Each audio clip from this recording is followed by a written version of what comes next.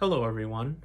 After an indeterminate hiatus, welcome back to Storytime with Father Colin. Today, as we pick up again, I want to, as we've done before, just read you a story and then maybe unfold a little bit of a deeper meaning, perhaps, and an opportunity for us to see where the Lord is present to us, even in the stories that we read, where God is making himself known and blessing us through the stories that we read and that we expose ourselves to. So today I want to read to you a little book by Josephine Nobiso called The Weight of a Mass, A Tale of Faith. It's illustrated by Colin. That name right there, I don't know how to pronounce it, but that's who illustrated these beautiful pictures that I'm going to show you. So here we are, The Weight of a Mass by Josephine Nobiso. And I can already tell you, it's beautiful. The pictures are really beautiful. Colin did a great job illustrating this book. And so let's begin. The Weight of a Mass.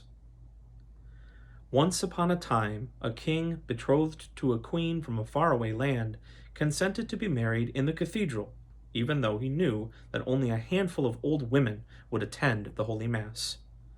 It was not that his subjects wished the royal couple ill, or that they would not find their own ways of celebrating the union, but the king's people had grown cold and careless in the practice of their faith. So here's the king and here's that queen, his beloved from a faraway land. And here's a picture of the cathedral. The cathedral, the big church in the middle of town. A while before the ceremony, a ragged old widow shuffled into the kingdom's most prosperous bake shop.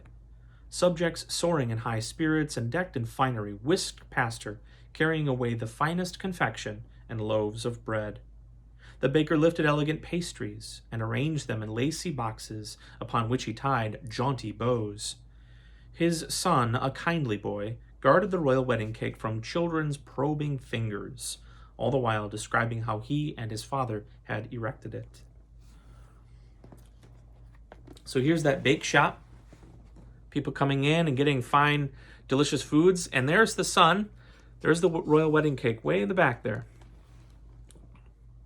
And there's the son protecting it from children's fingers. Wouldn't you like to stick your finger in that cake? Eat a little bit of that frosting? I know I would.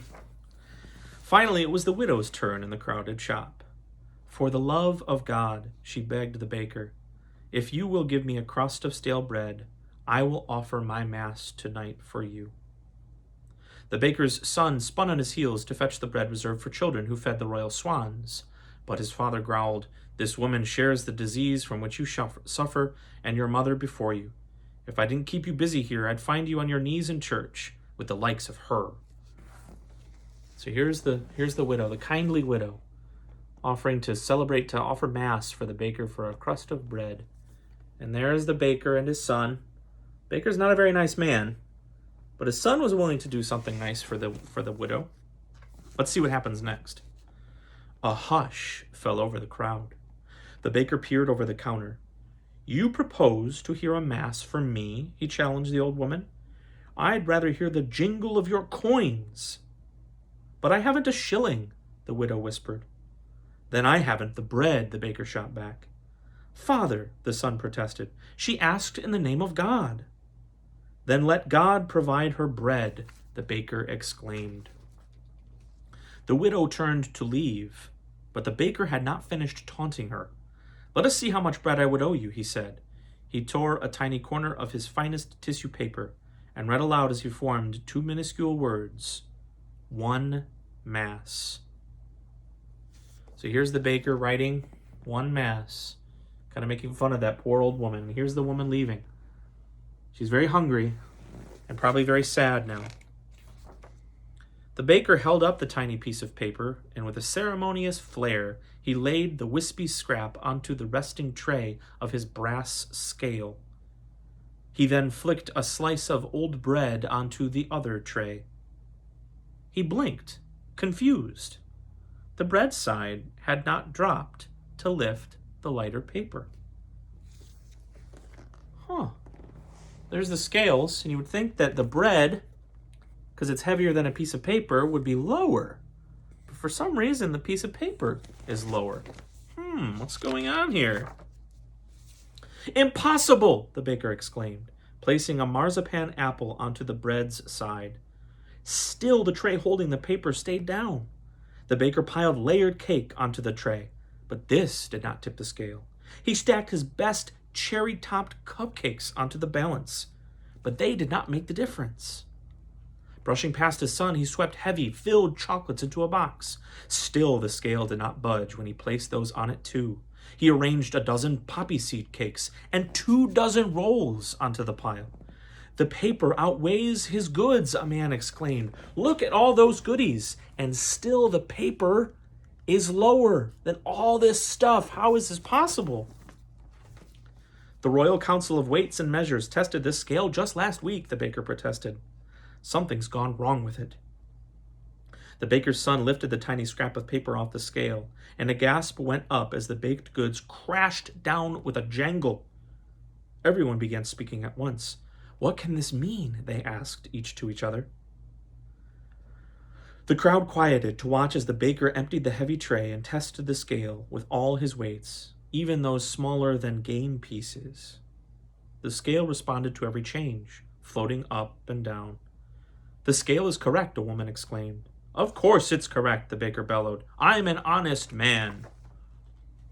See, here's the baker again. And here, he's got regular weights. See this? Regular weights here, regular weights there. They respond just like they're supposed to. One weight is heavier than another, it goes lower on the scale. Compelled by the event, clients rushed to the doors, calling in more witnesses from the streets. The baker addressed his son. Pile it high. This time, turn the scale around so that the trays are switched. The breads and buns, candies and cakes brought their side down with a satisfying thud. Now, the baker said as he let the snippet of paper float down toward the new tray, we'll see the truth. See? So he switched them. Now the baked goods are on one plate, and he's about to put down. The paper hasn't landed yet. The paper hasn't landed yet. He's just dropped it onto that scale. No sooner did the tissue touch the shiny brass tray than it lifted the opposite one.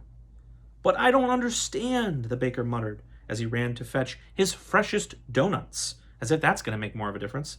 He piled on fruit cakes and cream cakes, berry tarts and poached pears. Poached pears, doesn't that sound good?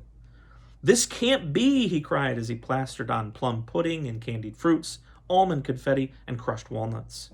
The mass in tension weighs more than these, the baker's son marveled. Look at all this stuff. Look at all the stuff he's bringing down the stairs.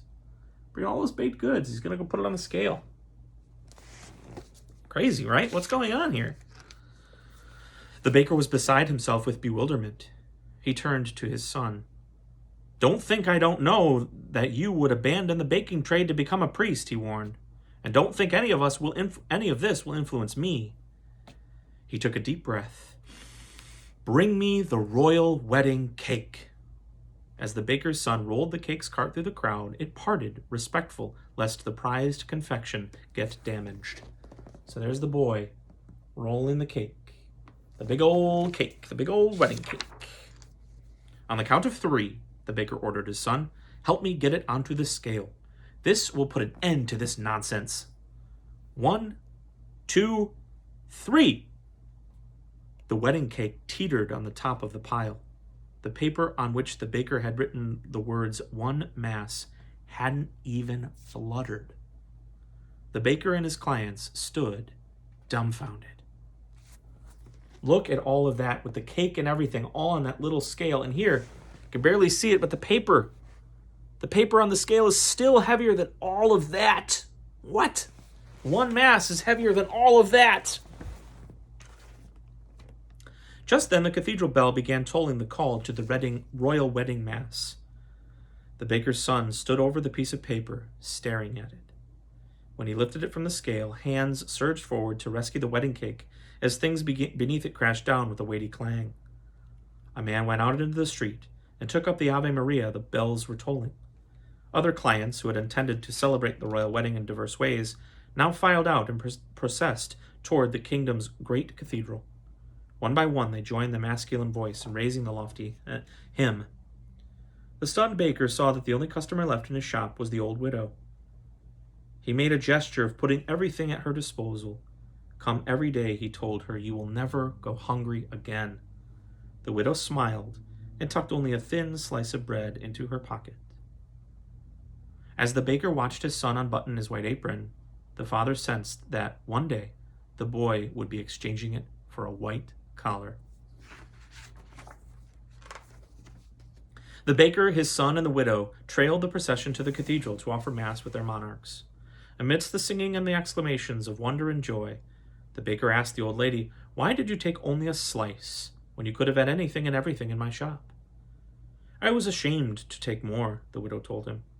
"Ashamed?" the baker asked. "But it was you who believed in God's power, while the rest of us had grown cold."